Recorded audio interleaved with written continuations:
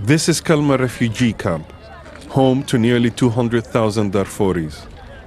After 20 years of conflict, the camp has become a city, and 2 million people across the region have been displaced. We are one of the first international journalists to travel freely here in a decade. The world's attention may have shifted, but the memories of the conflict are still fresh here. Ilyas was 19 when he fled his burning home. In the morning he teaches, and in the afternoon he cuts hair to earn a bit of extra cash. في نفس الوقت واحد من الجنجويد ده قال انه ده ولد من ابناء بتاعت الابيد كما يسمونه هم ديل الجنجويد بيسموا اهل دارفور بالابيد والثاني قام لزاني كده وبقعت بوشي كده على النار. The next generation of Darfuris are growing up in these camps.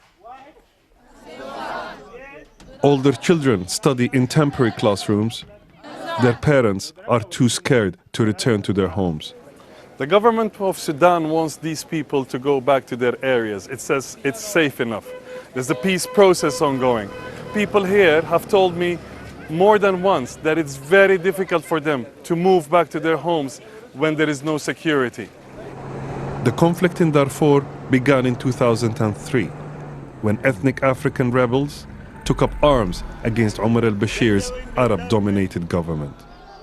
Bashir responded by arming local militias known as the Janjaweed.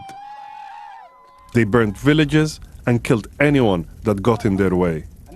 Local sheikhs say their lands are still occupied by settlers brought in from neighboring countries.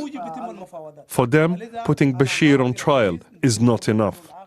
So Muhammad Yahya here is telling me that although there had been a shift in Khartoum, the people who were overseeing the genocide and the ethnic cleansing are at the helm of power in this country, and that the new prime minister, although he's visited a government-controlled area, he hasn't come to visit people who are affected, like the people here in Kalma. Peacekeepers patrolled the lanes of Kalma, but not for long. In November, the UN withdrew most of its troops from South Darfur, leaving just 200 to patrol an area the size of England.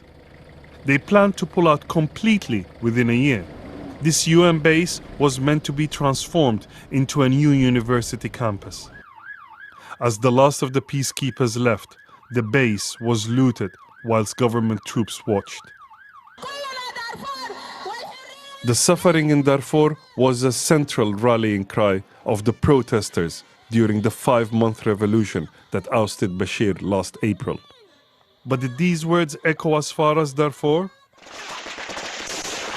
This attack at the end of last year suggests not. 50 people were killed and 40,000 were displaced when their camp was burned. As long as attacks like these go unpunished, there will be no peace.